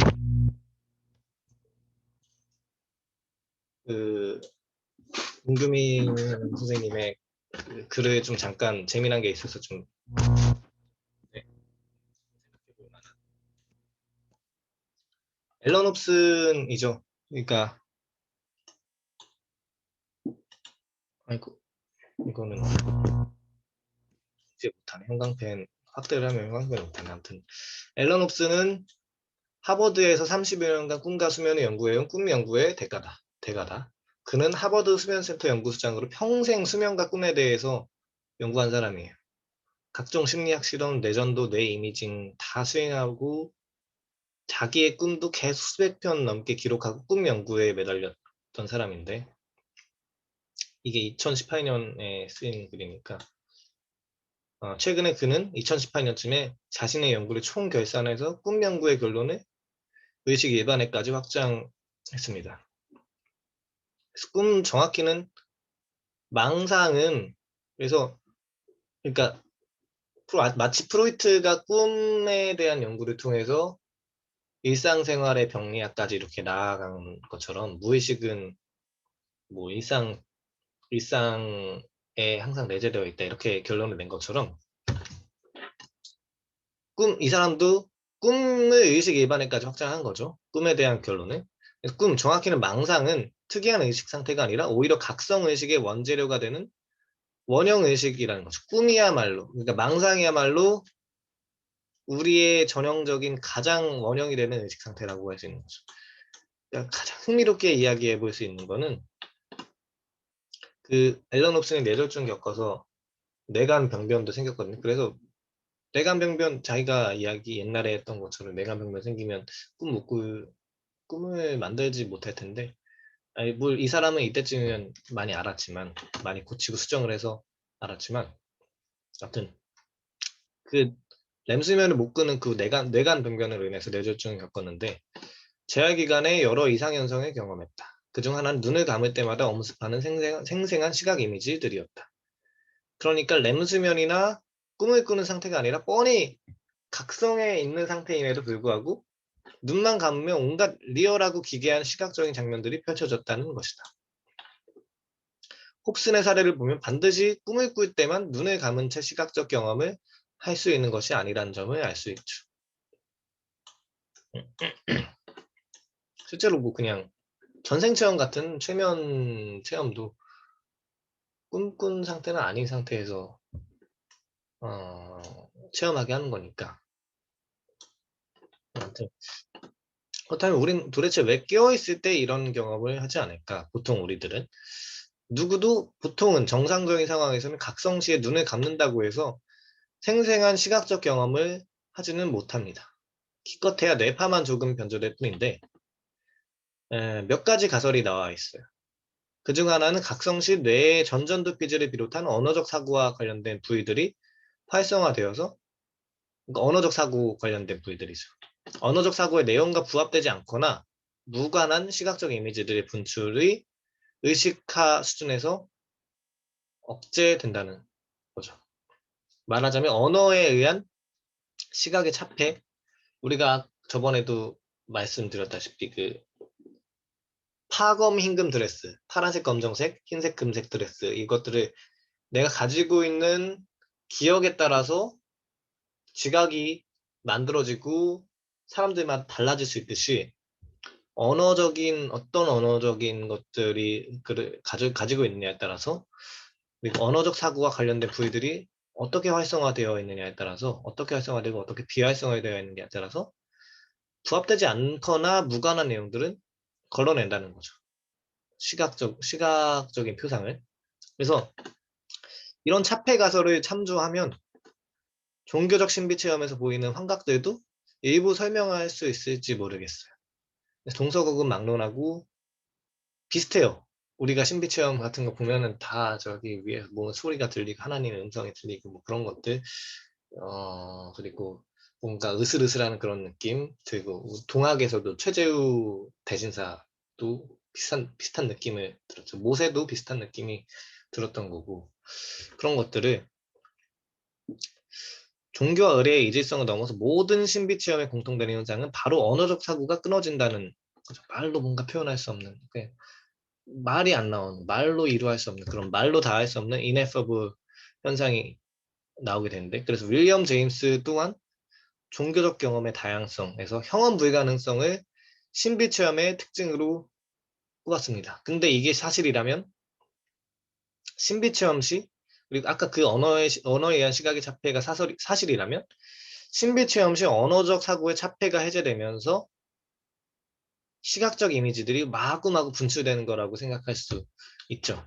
그래서 나아가 마치 꿈이 기억과 연관되듯이 신비 체험 당사자들은 그들의 기억과 관련된 이미지들을 보일 공산이 큽니다.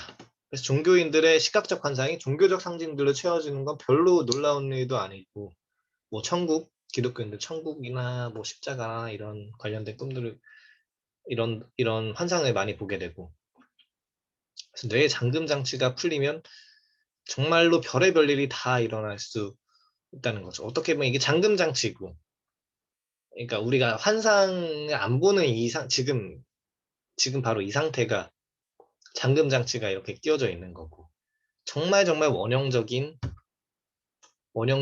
상태는 원형의식, 프로토 컨셔스니스, 원형의식 상태는 망상이야말로 원형의식이 아니냐, 이런 얘기를 한번 해볼 수 있는 재미난 인사이트가 되는 글을 좀 가져왔어요. 그러니까 결국에는 꿈이라는 거는 반드시 전뇌가 개입을 하는 거고, 전뇌가 개입할 뿐만 아니라 그 중에서도 도파민의 시킹 시스템이 굉장히 크게 많이 개입을 하는 거고, 시킹 시스템, 그리고 우리 그 다중연합 감각 부위에 있는 이전에 우리가 쌓여진 누적된 기억들이 상당히 많이 영향을 끼치는 것이다. 너무 당연하게도 지금까지 너무 우리가 직관적으로 상식적으로 생각했을 때. 비교했을 때. 아무튼 그런 얘기를 좀 해볼 수 있을 것 같아요. 여기까지 빨리 끝난 것 같아요. 이게 뭐 그렇게 막 엄청 많은 양의 주제가 뭐 담겨져 있는 거 아니어서 조금 뭐 복잡한 해부학적인 것들은 조금 건너뛰고 그렇게 건너뛰진 않고 여기서 마칠 수 있을 것 같아요. 혹시 뭐 말씀하실 거 있으신가요? 아닙니다. 수고하셨습니다. 뭐 비교적 내용이 막 많은 내용이 아니고 지금 말씀하신 뭐라 그럴까요? 좀 디테일한 것들은 있지만 크게 보면은 많은 내용이 아닌 것 같아요. 뭔가 좀 신기하다거나 아니면 뭐 좀 생각해 볼 만하다거나 그런 건 좀 있었을까요?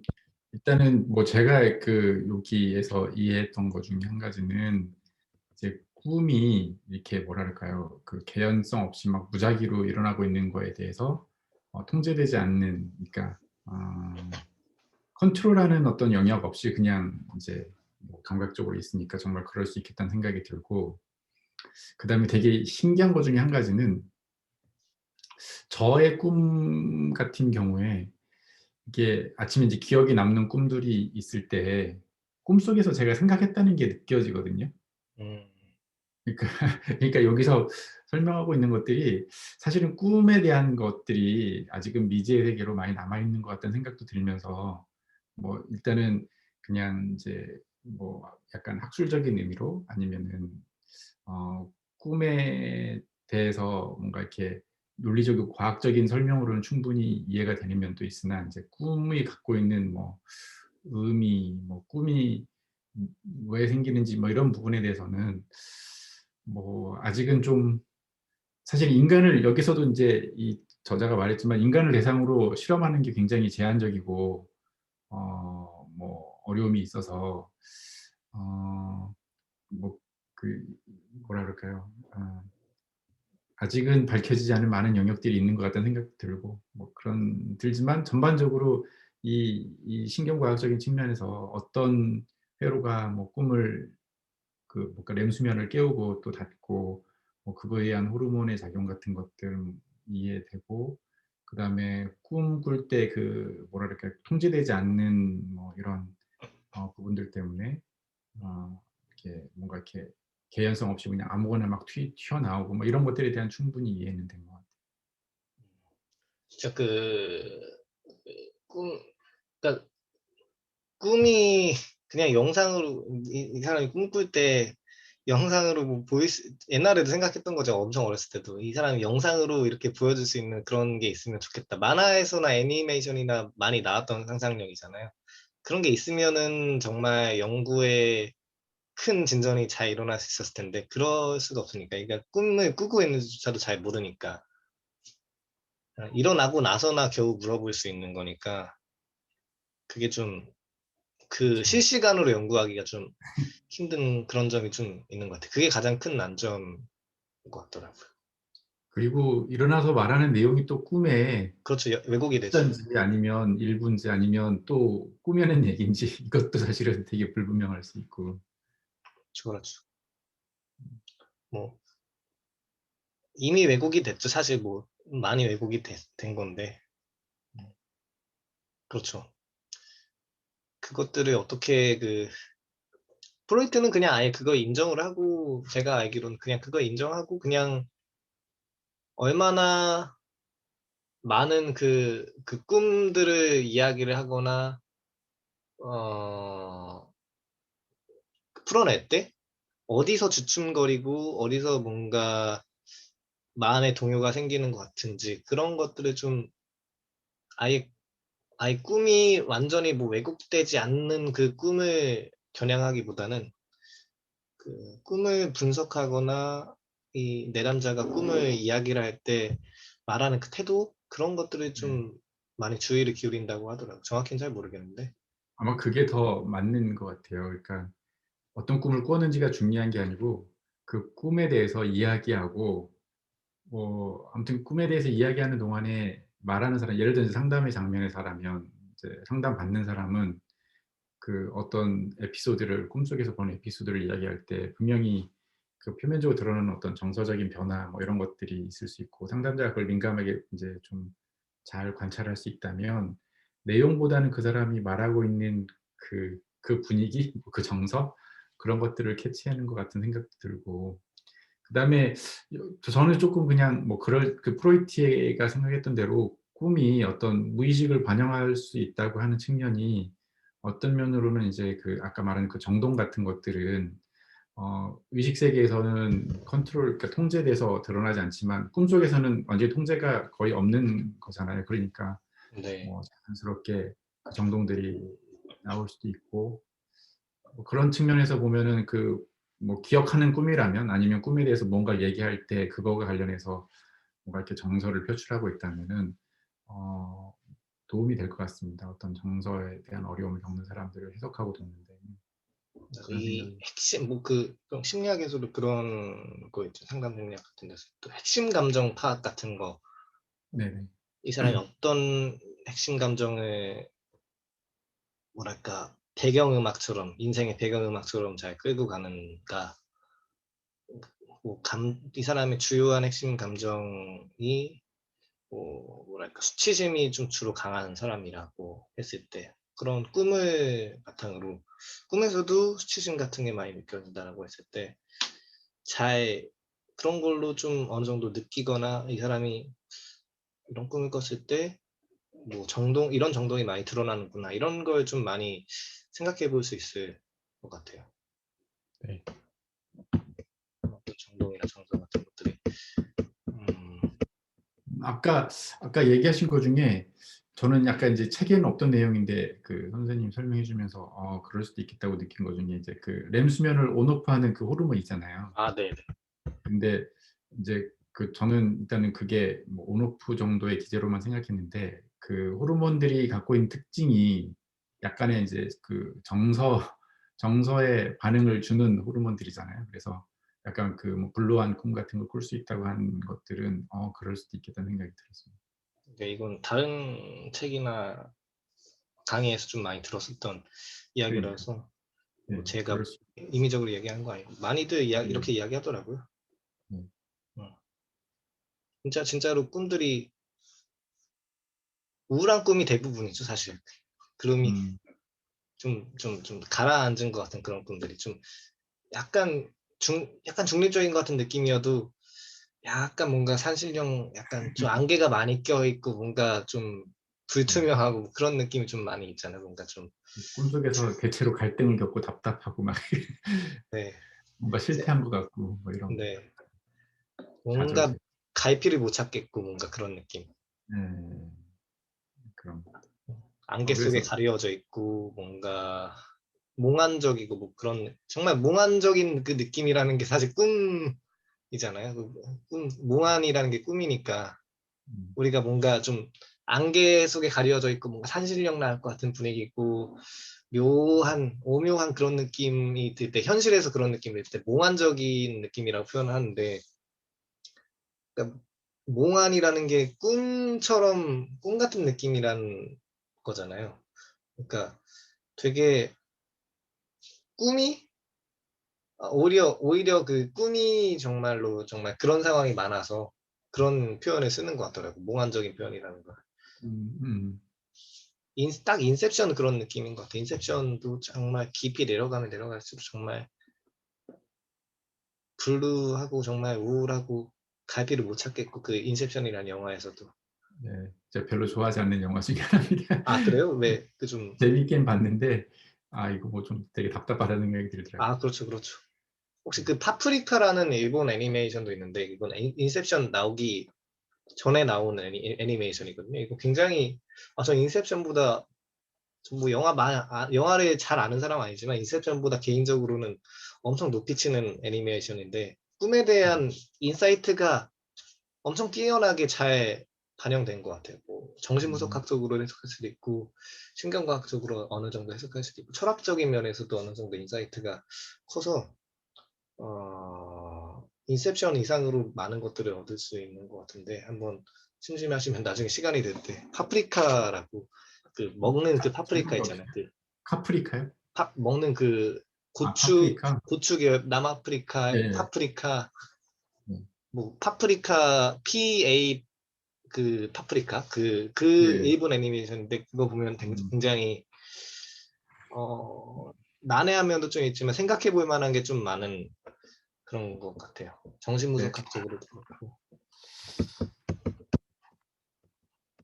그리고 아까 이 신비체험의 현상이나 철학 같은 걸 좀 어느 정도 이야기를 했는데 이 굉장히 여기에 대해서 많은 그 종교적 신비체험에서 많은 언급을 하는 정신분석가라고 해야 될까? 분석심리학자가 칼 융이잖아요. 칼 융이 굉장히 그 칼 융 특유의 그 신비주의 사상이라거나 그런 걸 막 좋아하는 사람은 아닌데 그 사람이 신비 체험에 개인적으로 관심이 많기도 했고 종교 체험, 뭐 신비 체험, 꿈 이런 것들에 원형적인 의식에 대해서 굉장히 관심이 많았던 사람이기도 하고 그리고 그것 때문에 그 비슷한 관련 사항들에 대한 관찰 자료가 꽤 많거든요. 음, 우리가 그의 사상에 동의하지 않더라도 융의 사상에 동의하지 않더라도 그 관찰 자료들, 참고 자료들을 기록들을 남긴 것들은 잘, 그 다른 관점을 가진 사람이라 하더라도 잘 참고할 수 있을 만한 자료들인 것 같아서 꽤 그거는 정말 높이 사고 싶더라고요. 아, 어떻게 네. 네, 빙의 현상이라든가 종교체험이라든가 환각이라든가 굉장히 많은 접근을 한 기록들이 있어서 이런 그 형원 불가능성 이런 것들에 대해서도 많이 좀 참고할 수 있을 것 같아요. 아, 죄송합니다. 뭐, 아, 다른, 네. 네, 무슨 말씀? 아니요, 아니요. 아, 옆에 잠깐 소음이 들려가지고, 네. 아,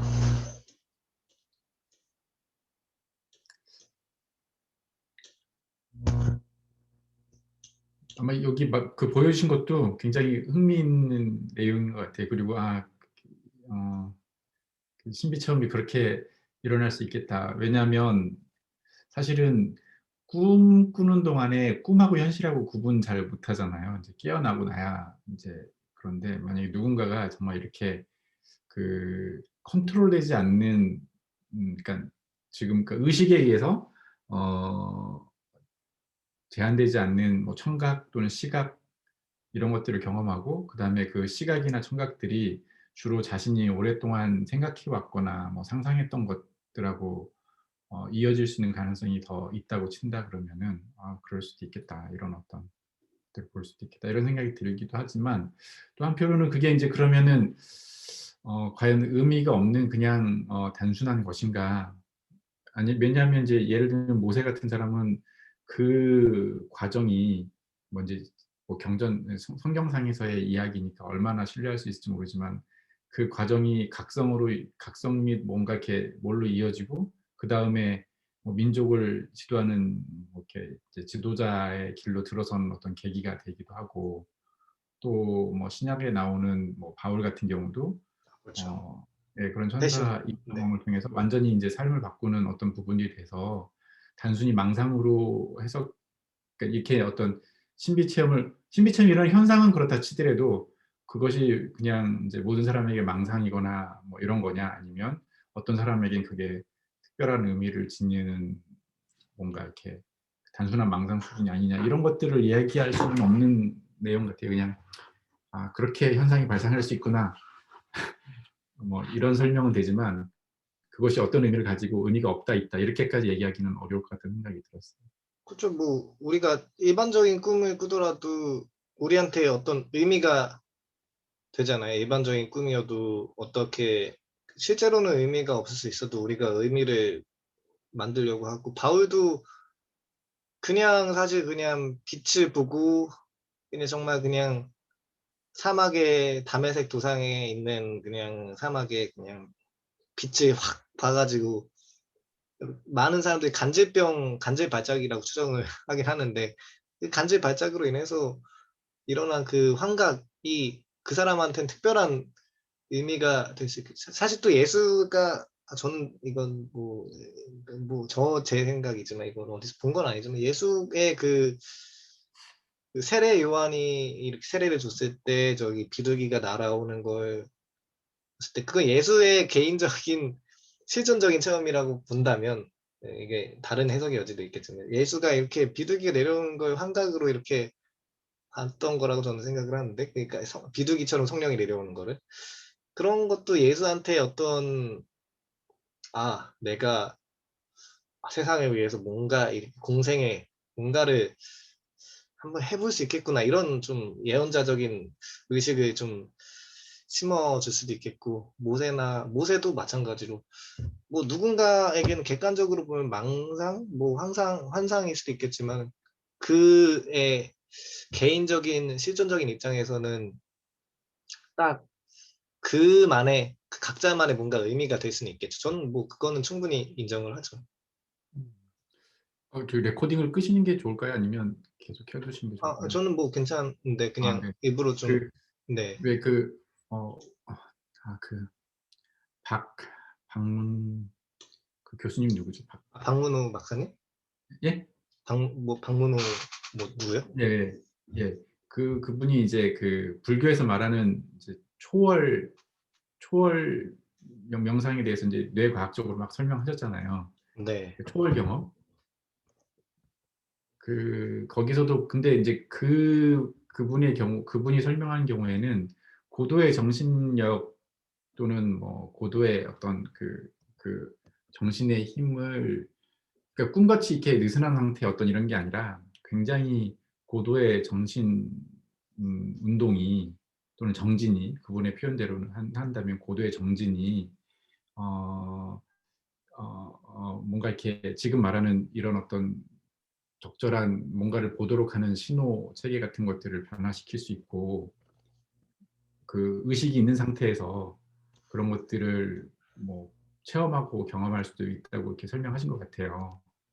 그래서 뭐 이제 종교 지도자들이 있는 그런 그분들의 어떤 특별한 이런 것들을 어쩌면 그런 측면으로 볼 수 있지 않을까. 굉장히 뭐 이렇게 단순한 이 지금 말하는 그냥 통제되지 않는 어떤 뭐 일루션이 아니라 그분들이 이 뭐 정진을 통한 아니면 고도의 정신 뭐 활동을 통한 다른 방식의 어 뭐 종교 체험, 신비 체험일 수도 있겠다는 생각도 그냥 이건 가설로 그냥 그런 맞아요. 그 가능성. 신비 체험이 좀 다양한 유형의 신비 체험이라는 예. 거죠. 그것도 그 그분도 그분이 보신 그분이 하신 그 불교 예. 뭐지 빅 퀘스천인가 아무튼 그 콘서트처럼 한 거 봤었는데 이제 그 면벽 수행 오래 해서 아무런 그 감각 입력이 들어오지 않았을 때 한참 들어오지 않았을 때 이제 뇌에서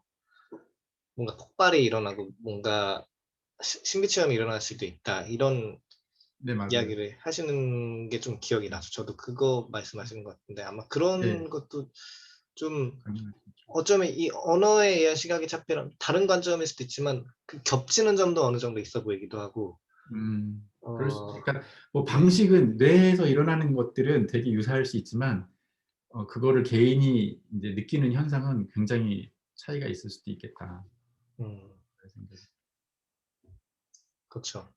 이게 정말 우리가 그 꿈 이야기를 하긴 했지만 오늘 꿈에 대한 장을 챕터를 다루긴 했지만 "왜 중요하냐?"라고 누가 묻는다면은 좀 꿈 관련해서 그렇게 많이 뭐 다른 것들 다 공부 많이 하진 않았지만 꿈 공부를 많이 하진 않았는데 특히 근데 꿈에 대해서 요즘 따라 뭐 몇 년 전부터 더 관심을 가지게 되고 중요하다고 생각한 이유가 정신병이랑 상당히 유사하고 특히 여기서도 말한 것처럼 굉장히 인류가 가진 정신이라고 하는 의식이 가진 가장 원형적인 특색을 잘 담은 게 그 두 가지라는 생각이 좀 들어서 아주 거칠게 말하면은 좀 디테일한 거에서 좀 차이가 있지만 조현병 특히 조현병 환자들은 꿈을 그냥 낮에도 거의 꿈을 꾸고 있는 상태로 돌아다니는 거라고 심하면. 그렇게 봐도 거칠게 말하면 크게는 다를 게 없다고 좀 생각이 되기도 해서 물론 그 책에도 나와 있다시피 뭐지 조현병 같은 그런 정신병 같은 것들은 정신병 환자분들은 조현병 환자분들은 좀 청각적인 쪽으로 많이 맞아요. 좀 청각으로 많이 한쪽을 네 많이 뭐라고 여기 책이 어디였지? 네, 그렇죠. 그 청각 정신무리증은 시각 공간적 요소라기보단 주로 청각 언어적인 요소가 많이 나와 있는 것처럼 뭐 그리고 또 꿈은 시각적인 게 좀 많이 강조가 되고 그런 것처럼 그 어느 정도 디테일한 차이가 있겠지만 어 그리고 또 정신병 나는 또 뭐 완전히 이기적인 입장 이기적이라고 해야 될까? 아무튼 뭐 정신병, 조현병 이런 거 나는 신경 안 써. 뭐 그렇게는 생각 안 하지만 실제로는. 그런 입장이라 하더라도 정신병, 조현병 뭐 이런 종교 체험에 대한 연구가 왜 중요하냐면 뭐 난 종교 심지어 신비 체험, 종교 체험 이런 거 난 믿진 않지만 그게 왜 관심 가질 만하고 중요한 거라고 생각하냐면은 그게 그것들이 인간 의식의 원형적인 요소랑 상당히 맞닿아 있고 큰 힌트를 제공한다고 생각해서 거기에 주의를 기울이는 게 정말 중요하다는 생각이 들었어요. 그래서 올리버 섹스의 아내를 모자로 착각한 남자라거나 뮤지코필리아라거나 그런 그 정신 특수한 정신질환을 가지신 분들의 사례 같은 게 그래서 정말로 중요한 거고 그것들을 통해서 의식이란 무엇인가에 대한 힌트를 어느 정도 크게 얻을 수 있는 사례집이라고 생각이 들어서 음. 힌트가 될 수 있다고 생각해서 그게 정말 중요하다고 누가 묻는다면 그렇게 얘기할 수 있을 것 같아요. 음. 꿈이 왜 중요하냐? 그래 정신병, 종교체험, 신비체험과 상당히 관련이 있기 때문에. 근데 그건 왜 중요하냐? 의식의 본질과 상당히 꽤 깊이 맞닿아 있기 때문에 이렇게 얘기할 수 있을 것 같아요. 근데 저는 약간 좀 다른 약간 이제 일부 동의하지만 일부 궤가 좀 다른 게 예를 들면 이제 조현병 같은 경우에 만나서 경험해 보면 조현병에 대해서 그 심리학자들이나 뭐 이런 분들이 설명하고 있는 거는 그러니까 전두엽에 비해서 적절히 통제되지 않는 거라고 이제 얘기하거든요. 그러니까 전두엽이 적절히 통제하는 기능을 어느 부분에서 상실하고 있다. 아마 그런 부분은 그가 가지고 있었던 뭐 유전적인 기질일 수도 있고 아니면은 이제 성장 과정 중에 제가 생각할 땐 예를 들면 이제 뭐 유아 시절의 학대나 뭐 트라우마 같은 경험들이 어 아까 말하는 뭐 이제 그 전선망으로 묶이는 뭐 이런 어떤 그런 과정이 생기면 그걸 적절히 현실에서 전두엽에서 하는 그런 통제 기능이 이루어지지 않으면 이제 그런 일들이 생길 수 있다고 생각하거든요. 음, 그러니까 지금 선생님이 말하는 그 지금 뭐라 그러지? 원시적인 뭐, 의식. 뭐 네. 원시적인 의식이 드러날 수 있지만 대체로는 사회 구성적인 그러니까 뭐랄까 유아기에서부터 성장하면서 겪은 어떤 그런 사회 구성적인 요인들이 또 많이 영향을 미치지 않을까? 음, 미치었 미쳤을 것 같다 뭐 이런 생각이 좀 드네요. 뭐 뭔지 좀 알 것 같네. 그래서 뭐 원시적인 것들은 오히려 그냥 정상적인 사람들이 꾸는 그런 꿈은 건강하게 그런 원시적인 부분이라 할 수 있지만 지금 이제 말씀하신 것처럼 환자들에 대해서 그렇게 생각할 때 그냥 원시적인 부분보다는 어쩌면은 그 사람들이 정상적으로 경험하지 못한 어떤 사회 구성, 경험 뭐 이런 것들이 더 많이 영향을 주지 않았을까. 아니 어떻게 보면 또 선생님 말이 맞을 수도 있어요. 그게 그 원시적인 원래 그거하고 맞지 않는 경험들, 그죠?